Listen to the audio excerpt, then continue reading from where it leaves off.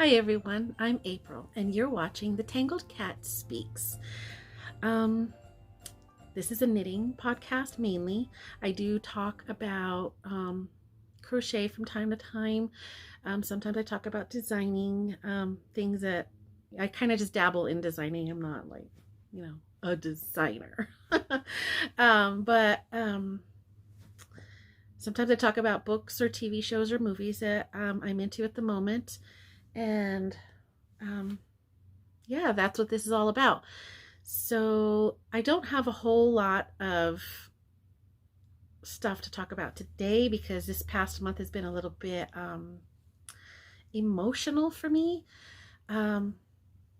This whole staying at home kind of thing is not what is getting to me. I am a natural introvert, and so staying home is not really a lifestyle change for me. However, it is a lifestyle change for many people that I love, my children included, and just seeing them struggle with some things, including the stay-at-home orders and stuff. So that weighs heavy on my heart to see them sad. So this past few weeks has been a little roller coastery words. I'm inventing words again. Roller coastery for me.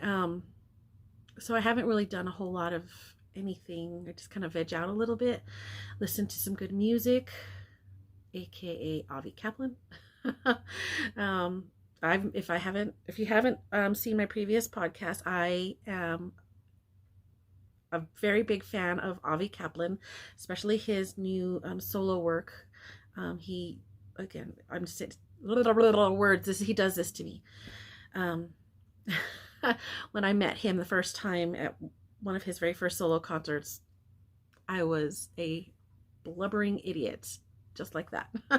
Anyway, so I've been listening to a lot of his music, and it just so happened I meant to record this podcast earlier this morning, but I didn't, because at the last, like 2 hours before it was supposed to start, he posted on his Instagram, I think, that he was going to be doing a live stream, and I didn't see that posting until about 30 minutes before it was supposed to start, and I was like, nope, I'm not going to podcast. I need to wait so that I can see him in another live. He's been doing a lot of them, and that's really been helpful for me. He just has some very soothing and uplifting kind of music, and I've been digging it. So speaking of his music, I have mentioned that I dabble in designing, and a lot of my designs are inspired by the songs that he's been putting out in his solo career. And I finished 2 of them that I had started last year. So these are part of that was a loud truck driving by. So these 2 finished objects are part of my Whip Down 2020, because they were both things that I started in 2019. But I finally got around to doing them in these last couple of weeks and finishing them and getting the final touches for them. I haven't written them up yet, but here we go. So the first one I did is called, am I showing you the front or the back? Hold on, let me make sure. Is called Aberdeen, and there's the song that he is called Aberdeen by Avi Kaplan. And it talks about a place that he really loves, a place that he longs to go back to. It's from his childhood. And you can just really feel how beautiful the place is and how much he loves it. And in the song, it mentions sage and stone. I did do a shawl called Sage and Stone because he did a song titled Sage and Stone the year before. But anyway, so this one mentions Sage and Stone again, so I thought I was going to play on that. And the video for that on his YouTube channel is set in the desert, high desert type of thing, where there's a lot of sage bushes around, some mountains in the background, beautiful sky, just a beautiful wide open view. And so it made me think, desert. So this is what I was thinking. I used this yarn for the sky. It's a leftover yarn. Now this pink that I've got going on here that I kind of faded into a little bit is the same yarn, but I over dyed it with some burgundy food coloring and it turned into that. So I faded that in, and then the pink, this pink really makes me think of cholla cactuses that we have around here, and the flowers that are on there, they're bright pink, and that's what this made me think of. And then, so it's all garter knitted on the bias, so it's an asymmetrical triangle. And at the end, I didn't know what I wanted to do. I was trying to figure out what kind of edging to do, and I knew that it needed to be something reflective of the song.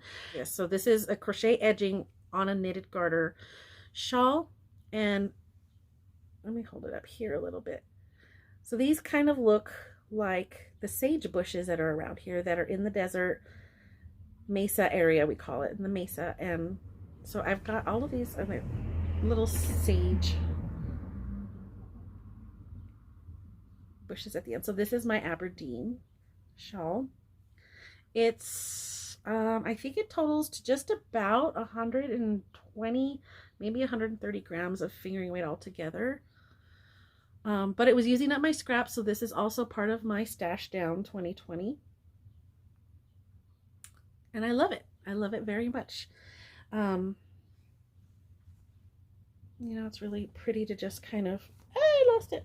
It doesn't match anything that I'm wearing right now, so so there. But you know, have the little sages just there. I love it. I haven't, like I said, haven't written it up, but it was inspired by that song, and it's super pretty, super fun, super easy. The crochet, even this crochet, it looks a little bit complicated, but it's super easy, and you do one motif at a time, then you go on to the next one, and it's just so fun. So that was Aberdeen. The other one that I just finished is called The Summit. He did another song titled that, and when he posted about it, he posted a picture of himself standing on this mountain, and in the background you can see more mountains, and there's sky and clouds and the ridges of the mountains, and it was such a beautiful set of colors. And I'm going to put the picture up here that he had posted. And what I chose to do with this song, it was more about the color scheme.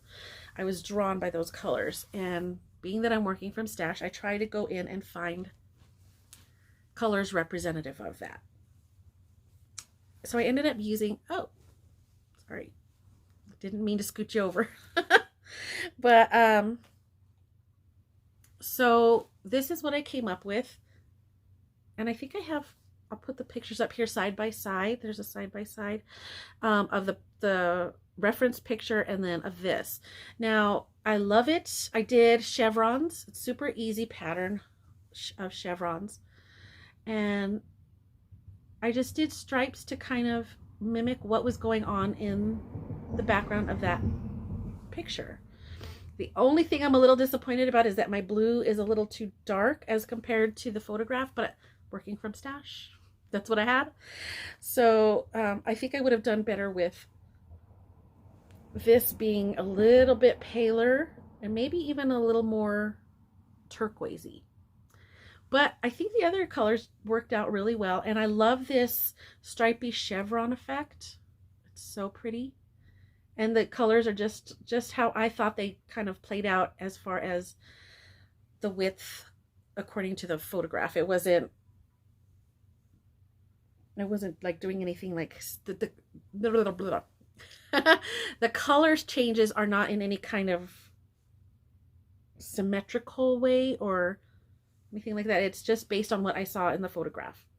This is all worsted weight knit picks wool of the Andes, and I don't remember all the colors. I might. I don't remember this one. I'll have to put it up here. I want to say pea pod, but I don't know for sure. This was evergreen. This was lullaby. This one is this very pale purple here, muted. That's seraphim. And then I've got Gosling here. This yellowy color, creamy color is Cloud. This is white. This is Ciel, C-I-E-L. Let's see. And then this pale blue here is called Clarity. So even the names of the colors are just so peaceful. I love it. It is, like I said, worsted weight. It is about, about 75 inches across, and I would say this is about 18 wide.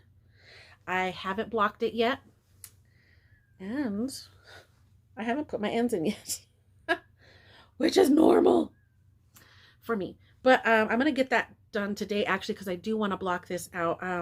It's going to be super cozy, but I want to see if I can get it a little bit whiter. Oh, it's so pretty. And even the back side, I mean, you see the color here in the front, and it looks pretty, but to me, even the back side is pretty because it kind of softens, the color changes, and it just looks a little more muted. So I like both sides, and I don't even know if I could choose which way to wear it. Consciously, if I just put it on and it ends up being backwards, I'll be fine with that because I think both sides are really pretty. But it's going to be so cozy when it becomes colder again. I love it very much. So this is Summit. And again, I haven't written this up. I have notes for both of these shawls, but I haven't written it in any kind of coherent way. So those are the two whips that I worked on. Also, because I was feeling kind of in a down mood for the past few weeks, I didn't work a whole lot on any one thing. It was more of a start all of the things. I had start-itis. So I started a whole bunch of things, but they're not even worth showing because there's maybe a cast-on edge and a couple of rows on everything that I've tried starting. And I am going to get to them. I'm very excited about those things, but it's not really worth anything to show you here. So that was my fangirling over Avi Kaplan. Yeah. So I'm going to talk about, oh, I guess it's not, I looked over and just realized it's not the end of the Avi Kaplan fangirling, because he just recently came out with another song called Full Moon. Oh, this is my absolute favorite one. It's just so beautiful, absolutely haunting, so beautiful, so peaceful. It's weird to say that something is peaceful and haunting at the same time, but it really, really is. I love it. It's so far my favorite of all of the songs that he's done in his solo career. And it just makes me want to just sit and relax and just chill. And I decided that I wanted to try a circular shawl. And I was looking and hunting for something that would work in a silvery gray color. And I didn't really have what I wanted for the color of the moon. So it's going to be a round shawl to look like the moon or a moon. I didn't have anything that I wanted to use for that. I had some really pale colors that are kind of grayish blue or grayish green. I'm actually going to show you one in a little bit, but this one I didn't use because it's not wool, I don't think. I think this is something else. But anyway, I just didn't have anything that spoke moon to me. So I went with what I had in the type of yarn that I wanted. And I ended up using, or I am using, Malabrigo. And this is Machida again. There's the Machida. This is in the Granada color. Look at that. So pretty. It's actually a little more burgundy in real life. My lighting, I think, is making this look more bright cherry red. It's actually more of a burgundy color, just a little bit deeper, darker. I got 3 of them. I've already started using one. So I thought, I hope the 3 skeins is enough to make a decent size circular shawl. I've never done a circular shawl from anybody else's pattern, much less my own. I dropped it. Hold on. But I sat and I started trying to write up a pattern, and so far I've come up with and I wanted it lacy. It needed to be lacy, which is why the content of the yarn mattered to me, because I didn't want it to be, I think this might be silk or bamboo or maybe both. I'm not positive, but that's why I didn't use this one, even though it's kind of a moony color. But I didn't think that it would hold the lace stitches as well. I'm not real familiar with different types of fibers and what their properties are, especially when it comes to lace and blocking and stuff like that. So I just wanted to go with what I knew would be wool. So Machida is 100% superwash merino, and I've made lace with superwash merino before, so I know that it'll do lace really well. So right now it looks like a big blob. Not really a big blob. I say stretched out. I stretched it out the other day. I put it on a couple of other additional circular needles to stretch it out, and I would say it's so far about 14 inches from edge to edge. So what is that? Is that the diameter? Because to the middle is the radius, and then around is circumference. Okay. Geometry lesson. Haha. So that's what I'm working on. And I want to try to get this done really soon. It's going to have a lot of, it's a pie circular shawl construction, which is very new to me. This is all a huge learning curve, and I'm hoping that it works out. I'm really not going to know what happens with it until I call it done and I block it. I'm hoping that it's going to work out, but I've got some lace going on in here. I kind of wanted some wavier stitches. I don't know if you could see any of that. It's really hard to see. And then I hope that the super tonalness of this isn't going to overpower the lace. I'm hoping that once it's blocked out, that you're going to be able to see basically through the shawl, through the lace. So I'm hoping that this is going to work. This is a fingering weight, but I am doing it on a size 8, a US 8 needle, which I think is a 5mm. So that's what I'm working on. It kind of looks like it wants to be a beanie right now, but I'm not going to make this because I got plans. It's going to be a full moon inspired shawl. And even though it's red, I was okay with that because I think isn't there something called a red moon or a blood moon? I know there's a pink moon. So I thought red is fine. Red will work. So that's the other Avi Kaplan thing that I'm working on. It's full moon. We'll see how this works out. I'm a little nervous because like I said, this is completely new territory for me, doing something that's a construction in a shape that is something I've never done. I've never done it in another pattern, much less designing my own. So we'll see how that goes. Okay, so now I am officially done for the moment with my Avi Kaplan fangirling. So I showed you this real quick, and this is it's still in the plastic, obviously. I bought this several months ago. I think it was still 2019 when I bought it. So I'm going to open it. It's Expression Fiber Arts. I have some other yarns of hers, and they're just super pretty. Watch, this is going to be wool, and then I'm going to be so upset because I didn't use it in my full moon shawl. But that's okay.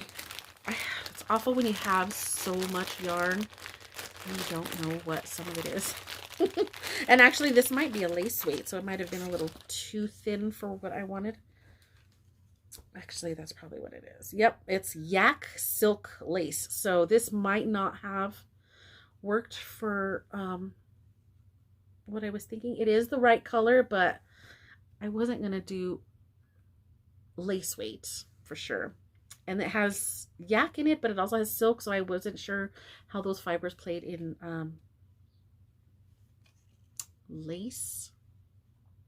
And I didn't want to experiment too hard with so many, you know, a new type of design, a new type of shape for me, and a new type of fiber for me. That would have been too much for me to put all my chips down. Betting, I don't know what I'm talking about. Never mind that part. Words, I don't have good words today. But this is super pretty. I got 3 of them. And it does have that pearl color here. It does kind of look like mother of pearl. This again is Expression Fiber Arts, and the colorway is called April Diamond. Hey, that's my name. Well, not diamond, but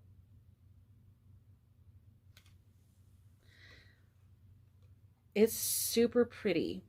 I'm loving it, and I think this might be, if I have enough, maybe I can do like a really lightweight, like a t-shirt pattern, or some kind of pullover. We'll see how much. There are 680 yards in the 100 grams skein, 50% yak down and 50% silk. So I just thought I'd show you that. I don't have a whole lot of new acquisitions to show right now. I have a few on the way, but they haven't gotten here yet.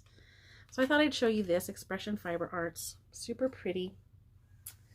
But I don't know. I know I have, like I said, I have an idea of kind of what I want to do with it, but I don't know when I'm going to get to that. This was just a little bit of yarn porn for now. What else? So a while back, oh, rats. I will be right back. All right, sorry about that. So a few weeks ago, I posted a few little mini videos about different things that I was trying to do to keep myself busy during the times that I'm not in the mood to knit anything real serious. And one of the things that I was talking about was making a magic ball. I have another one. I initially had made 3 of these. These are all my scrap yarns that are under 3 grams. And I say under 3 grams because I know that for my Cozy Memories blanket, for my gauge, 3 grams will make a square. So anything under 3 grams went into these magic balls. If you're not familiar with what a magic ball is, I have to show you on this one. Getting your yarn, and for me, I was putting these randomly. I'm sure you could plan out the order of your colors and just wind them up, and when we end one color, you make a magic knot and just add the next color. And I didn't clip these ends, and I'll explain why, but you know, there's, you can see, kind of reminds me, you know, there's the color there and then the next color underneath, and so and you go all the way in. Kind of reminds me of those giant jawbreakers. They used to be about this size. Does anybody remember those big giant egg-sized jawbreakers that would last you for like 6 months? And as you went in, it was a different color, and then sometimes, you know, inevitably you would drop it and it would crack in half, and then you would see all of the rings inside of the different colors. That's kind of what this reminds me of. Oh, childhood. So what I've been doing with these magic balls is, and again, I posted it in that previous video, was I started a cowl called Fiddly Bits, and I'll put the name of the designer up here. And basically it's using up your leftovers to make a tube, a long tube. I believe it's a free pattern. And then you just do all of these funky color changes. You can see I've got some wider bits. That's probably one of the widest ones. And then let's see, where's one that at the very beginning, look, if you look here, this blue color was a single piece of yarn that did not even make it all the way around one time. I mean, that's how I'm using every single scrap of yarn for this, and I am loving it. I love this section here, how all of the colors just kind of blend, even though I chose everything randomly. But I love how they all kind of blended. I think that's about 1, 2, 3, 4, 5, 6 different colors there, but they kind of look like they belong. And then I love how it's super funky here, up here. This, I think this was one of the Advent yarns from this past year, this past Christmas. I just love how it's all coming out. It's so pretty. And then when it's done, I'm going to be grafting it together. I think I'm close to being done. I'd like to have it long enough so that I can double it. And so it'll be nice and huge and thick and warm. So I'm just going along on that. I had a ball, though the original ball was about that big. And so was this, but it's down to this size now. And then this is the third ball that I've started, and I've actually run out of the tiny little leftovers, the under 3 gram leftovers. That's all of them. I have no more. I have things that are like 40 grams or 60 grams or whatever. Those I'm not really considering as part of something that would go into this. This is just for super tiny leftovers. So I'm out of super tiny. Oh, did I just, I pulled out stitches. Hold that thought, por favor. It's super easy. It's stockinette, and you just go round and around and around and around. And okay, there. And I had mentioned that I wasn't clipping the ends on the magic ball. And that's because this is knit as a tube. And super easy. You don't have to do anything. You just leave your ends and they stay on the inside. I have found that it's better to leave them longer so they're less likely to just randomly poke out. But yeah, all my ends are up in there. So it makes it super easy. I just love how this looks. It looks so funky. So that was Fiddly Bits. That's one of the other things that I've been working on besides the full moon was Fiddly Bits. And I think that's everything that I wanted to show you right now. Like I said, I have started quite a few things. I just haven't really worked a whole lot on them recently. So I wasn't going to pull them out. Let's see. I had notes. Did I bring my notes? I didn't bring my... Yes, there. Just kidding. I brought my notes. I'm so scatterbrained today. I think it's just... It's getting hot here in New Mexico. Like literally this morning it was in the 40s and now it's high 70s. This particular room used to be a sunroom, an outside, or not, it used to be on the outside and they made it into a sunroom. So it's all windows on two walls. But I have curtains on them. And because this used to be outside, they didn't actually put any kind of ventilation, so there's no air conditioning and no heating into this room. So it's very hot in here. So yeah, I'm hot. I'm just kind of scatterbrained today, but that's okay. I'm in much lighter spirits than I have been in the last few weeks, so I'll take the scatterbrain. That's fine. Let's see. Let's talk about other stuff. Oh, I won a prize.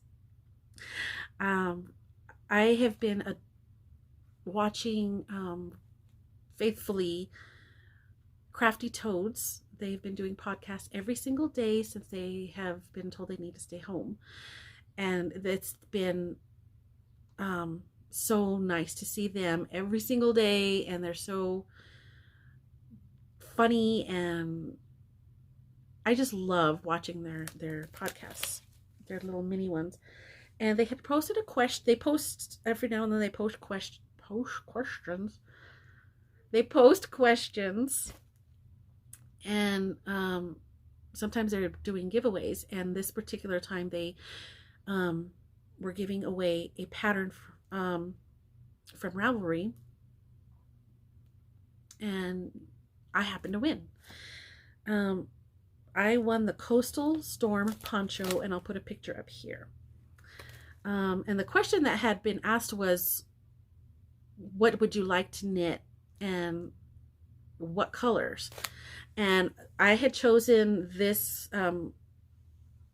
poncho. I hadn't bought it, but it's on my wish list kind of thing. And I said that it would be good in their, I don't know how to say it, Eleutheromania colorway, which is kind of a greeny minty color, but it's got some blues and purples and other colors kind of mixed in, and it's really soft, and I think it would look really beautiful in this. So I'm super happy about that. So I won the pattern. I was super shocked. I was amazed, and thank you, Helen and Mary Beth. That was so sweet of you. And so then I went straight over. As soon as I got my paycheck, I went straight over and I bought enough yarn from them in that Eleutheromania color. So thank you again to the Crafty Toads for the prize. So let's see, what have I been watching? I think I mentioned that I had started a while back Death in Paradise, which is a kind of comedy murder mystery detective series set in the Caribbean. Super fun. I loved it, and I was finally able to finish. I think the last time I mentioned it, I had started season 5, so I finished all of them. I think there's 8 seasons total, and I just finished them, and now I really need more. And then I watched Disney. I don't know why I watch those movies. They just tend to hit you right in the feels, and then I was already in the feels these past few weeks, and I went and watched Onward. Such a good movie. Really good. But I cried. I bawled my eyes out. I did. It was so good. It was really good. Books. Let's talk about books. Audible has been my best friend. So I just got through listening to Treasure Island. Not the book itself. This was an Audible original. They have these original stories on there made by them, and this was a dramatized version of Treasure Island by Robert Louis Stevenson, and it was so good. It was so good. A dramatized version is different from straight audiobook, because audiobook, it's just somebody reading word for word, where the dramatization is exactly as it sounds. It's kind of like a radio play. No, I'm not old enough to have ever actually heard a real live radio play, but I know of them. And it was really cool. It was really well done. And I don't know why it's taken me an entire 48 years of life to ever get into Treasure Island. I've always meant to read it, but it just seemed so daunting. And it was so good. The audio dramatization was so good. I really enjoyed it. Eyes of the Dragon by Stephen King, which is one of my favorite of his stories. It's so interesting. I don't know if I've mentioned, I kind of like things that are about medieval-ish times, you know, King Arthur and all of that kind of stuff. And this kind of reminds me, it's not set in any kind of real place or real time in history, but it has that feel to it with kings and wizards and all of that, and it's so good. It's so good. One of my favorite of the Stephen King novels. And this particular one, I had to listen to it a second time. It's because it's read by Bronson Pinchot, and it's not an audio dramatized, it's an actual audiobook, so he's reading it word for word. But what he does with the characters' voices is amazing, especially the scary guy Flag, the wizard guy. God, he makes his voice sound so sinister, and it trips me out because I don't know if any of you are old enough to remember, but back in the 80s, I think it was. Oh, I don't even remember the name of the show. It was with two friends or cousins. I want to say they're like long distance cousins or something. One of them was from a whole other country, and his name was Balki. That was the name of the character, and he was played by Bronson Pinchot, and it was just a very silly, super goofy kind of character, higher pitched voice, just goofy as all get out. And when I found out that this was the same guy, and he had this sinister deep voice, and it was not Balki at all. It was just amazing. And his voice gave me chills on that. Just knowing who that performer is, that actor is, just made it even better, because I was just like, what? But it was read really well, and like I said, it's one of my favorite stories, so I went ahead and bought it on Audible and listened to it again, and I enjoyed it just as much the second time as I did the first. So like I mentioned, Audible does these originals, and I'm really not being paid by Audible, but I use it, so that's why I'm talking about it. But they have these originals, and one of them that I found was called Rivals, something about frenemies. I don't remember the actual title. I'll put it up here. But it was really fun. The guy that read it had a really good voice that lends itself to sarcasm, because this was definitely written in a sarcastic kind of way. And what it is 3 stories about 3 historic true rivalries. But he reads it in such a way that it is historic. I mean, well, yeah, it's got information and stuff, but it's also sarcastic. And I love that. It was just a really good way of presenting historical information without it being dull. It was just so good. And the 3 rivalries that they mentioned, the first one was 2 paleontologists back when dinosaur fossils were first being found on the planet. There was these 2 main people that both decided that they wanted all the credit for everything. I don't remember their names, but it was so good, you know, even to the point where this is why we have trouble with dinosaur names today, because they named them all kinds of weird things, trying to say these were different animals, but they weren't. They were just trying to make it look like they had more finds than the other guy. It was a really good story, and it was interesting, you know. It was really, really interesting. I liked it. And then the second story was about the rivalry between shoe brands. It was Adidas and Puma. And apparently these were brothers that had started with Adidas together and then went their own separate ways, and then it became this family feud, and it was really, really interesting. And I never knew about this feud between Puma and Adidas. It was really cool. It was really, really interesting to hear. And then the third one that they talked about was Queen Elizabeth I and Mary Queen of Scots, which I've talked about reading up on those 2 before, because it's very interesting to me. So that rivalry was in there. It was told really well, and again with a little bit of sarcastic undertone to it, that it was just, sorry, I'm feeling very fidgety today. Let's see, as far as ebooks, on my Kindle I read Phantom Menace by Terry Brooks. I think I mentioned that I was going through all of the books related to Star Wars. Some of them include movie novelizations, like this one was Phantom Menace. And then there's other ones, like right now I'm reading one called Queen's Shadow, which is basically following Padme, who used to be Queen Amidala, following how she gets into the Senate, because by the time we get to the next movie, which is, I think it's Attack of the Clones, she's already in the Senate. So this kind of shows how she went from being queen to being a senator. So there's all of these little books that are behind the scenes kind of thing that you don't really know if you're only watching the movies. There's some behind the scenes kind of things, stories and stuff. So I wanted to read all of those. So that's where I'm at now. I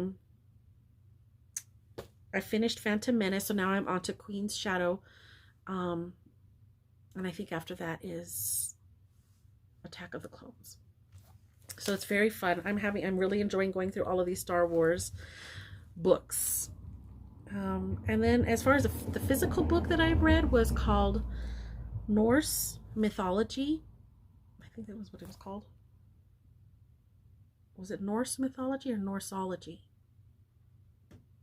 I think it was Norse Mythology, but it's by Neil Gaiman, and it basically tells stories about the Norse gods, Thor, Odin, Loki, and a bunch of others that I'd never heard of, but I thought it would be really interesting. I didn't want some big huge tome to read about Norse mythology, and Neil Gaiman's book is smaller, and I just like his writing anyway, so it was done in a way that I could understand in my simple way, and it was really fun. I liked it a lot. So that's what I read.